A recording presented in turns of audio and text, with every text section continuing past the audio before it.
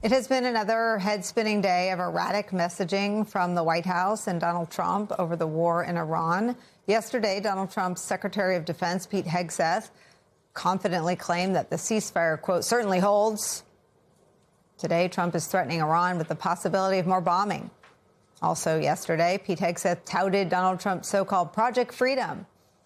That was an effort to guide stranded vessels through the Strait of Hormuz, which remains closed. Secretary of State Marco Rubio gave a big, long press briefing. Looked like he thought he was, I don't know, behind the podium. Went on forever. He said all sorts of stuff. Among the things he said, he declared with authority that Project Freedom is the, quote, next stage with Iran because the war itself is actually over. He said that. Like 90 minutes later, Trump undercut both those men. Donald Trump announced an abrupt end to Project Freedom one day after it started, and like 2 hours after Rubio touted it. We'll deal with what that means or says about them in another segment. But at this hour, Iran is saying that it's looking at a U.S. proposal to end the war. That's after an Iranian official dismissed a reported proposal as a, quote, list of American wishes. I want to bring in our national security reporter, David Rode. Also joining us, military analyst, Lieutenant General Mark Hertling. He served as a commanding general of the U.S. Army in Europe. Also joining us, political analyst, host of the Bulwark podcast, Tim Miller's here.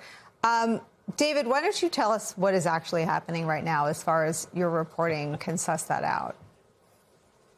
I've been trying to get more information from administration officials, but I don't know. I will be honest. Your description of this sort of head-spinning last 24 hours is correct. Just today, the president, as usual, had events in his. There was an event actually with the mothers of military members, and there he announced that this wasn't a war. He called it a skirmish. This was after earlier in the day saying he was going to bomb Iran if it didn't agree to these terms. And then he separately announced, this is just in the last few hours, that Iran had agreed to no longer have a nuclear weapon. What's strange about all this is just on that, it is not a skirmish. 14 Americans are dead. Hundreds have been wounded, and 50,000 are risking their lives right now. So it's extraordinary to have a president say that. On this nuclear weapons thing, Iran has promised for years to give up a nuclear weapon. The former supreme leader issued a fatwa against the creation of nuclear weapons. So it's not new that they've promised us. And then, most importantly, it doesn't mean anything. For years, U.S. and Israeli officials have not trusted these public promises, but the president keeps focusing on getting Iran to promise things. And it's just not clear that Iran is agreeing to any of the terms that the president claims. I mean, let me ask you about the first thing you said, trying to figure out what's going on. Ostensibly a journalist covering the war would think that Marco Rubio or Pete Hegseth were, actually, Hegseth is a different example. Let's stick with Rubio, a credible source. I mean, certainly both the turnout and the length of the press conference would suggest that the press was there consuming information they thought was credible. Within 90 minutes, Trump undercut and turned Rubio into a liar or a fool. What is, like, when you say you're trying to find out what's going on, who do you even call? Various people, but the honest thing is, this is an incredibly centralized administration, and I think this is not reporting that I've confirmed. It seems like it's the president himself. He is making all these decisions on his own. He's not necessarily consulting his aides. He's just making these announcements. So it's amazing. We went from this and it was a very ambitious effort to use force to have the U.S. Navy and airplanes open up the Strait of Hormuz yesterday, Project Freedom. It worked. I mean, there was a clash. Iranians fired on American ships. And in a first strange steps, the administration played down the importance of that attack. And it was a very serious thing that threatened the lives of Americans. And then Rubio comes out and tries to spin it somehow. And then hours later, you have the president calling off that big naval operation. And in a way, that was the best chance to take away Iran's leverage. If the U.S. could open up the strait, that puts Iran in a very difficult position. It brings down oil prices. That's a clear strategy. But the president, seeming on his own, abandons it hours later. I mean, General Hertling, the president abandons it hours later in like a swamp of other posts with memes and ridiculous stuff. In the same, 48 hours, he's posting pictures of himself near naked in a blue AI-generated image of himself in the reflecting pool. Like, what is going on? And what do the men and women of the military think is going on? Well, we have seen, Nicolle, the president in different press conferences, Oval Office visits, reading from documents within his Oval Office with people standing around him as backdrop. And some of that information, most of that information is scattershot. He goes off on different subjects. He riffs on things. But when you're talking about giving direction as the commander-in-chief to the nation's military, it really is a Rubik's Cube of ideas that I would suggest the military personnel, the leaders of the military, are trying to figure out, as it's also being transcribed through Secretary Hegseth.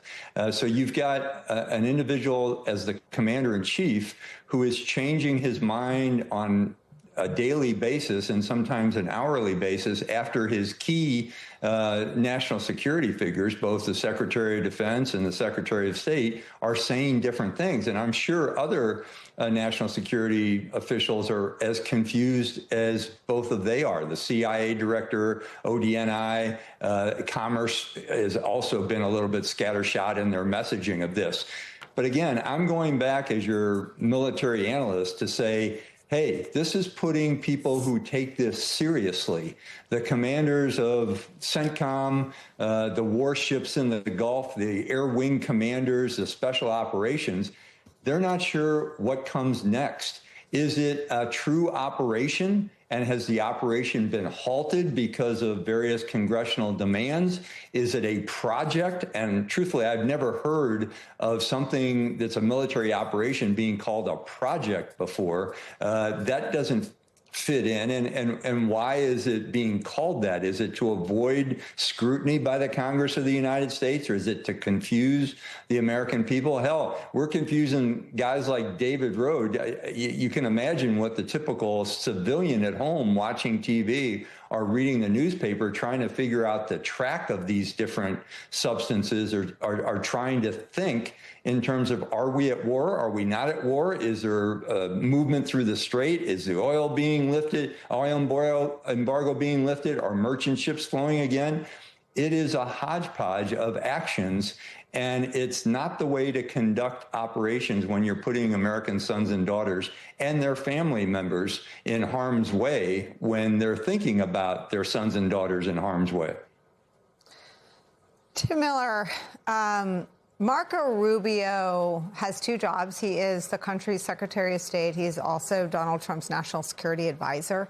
Marco Rubio would like to be set apart from the clown show. He would like to be taken seriously, and all things are relative. Maybe some people view him as a part. I don't know. But Marco Rubio is the loser of the day. Marco Rubio stood before at least 5-6 dozen journalists for an on-camera briefing yesterday. He seemed to enjoy it. He stayed a long time. He picked up energy is the question. You saw him going to reporters, more quickly and more comfortably. A lot of pointing. He acted, and again, I don't know what's in his mind. He acted like he had authority to say the things he said, and it did not take Donald Trump 90 minutes to render him a jackass, to go back on what he was sent out there to say, to contradict him, and to make a fool of him. Now, no dog in the fight in terms of who takes over MAGA. But what is Marco Rubio's calculation today if Trump asks him to go do it again tomorrow? Well, he'll do it. Trump asked him to bark, he's going to woof. That's the deal. And it's humiliating. It's humiliating, but I think he's enjoying it. People can take from that what they want. But I agree with you. But he was enjoying nobody himself believes yesterday. him. Yeah, I think that because it's such a clown show around him, I think that people in his circle think him credible.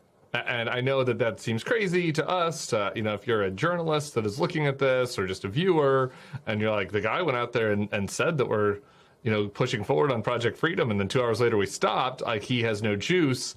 That's obviously the objective thing. But I think that a lot of people who are either supporters of the war, supporters of Trump, are looking around at the other people in the administration and being like, okay, well, Trump might have pulled the rug out from under this guy, but at least he's borderline competent. And that's why you're getting a lot of a buzz for Marco now being the heir apparent. And I'm a single person. I'm just a pundit. So, mark this down for whatever you want. But I'm against the conventional wisdom on this entirely, because I think not only was this humiliating for Marco in how Trump is treating him, but this is also Marco Rubio's war as much as anybody's besides Trump. And he has taken ownership of it. He has put himself out there publicly. And the popularity of this war is low right now. And let me tell you, I suspect the popularity is going to be a lot lower on 4th of July when people are having to buy fewer hot dogs or go on fewer road trips because of the cost of everything and how much it's going up, when we're not going to have a solution that's to the war that's easy to sell, as General Hertling could be able to tell you better than me. So he's making a bet that, being the competent Mr. Fix-It for Trump, it's going to pay off for him. I'm glad he's enjoying himself now, because I don't really see it working out for him in the future, but we'll see.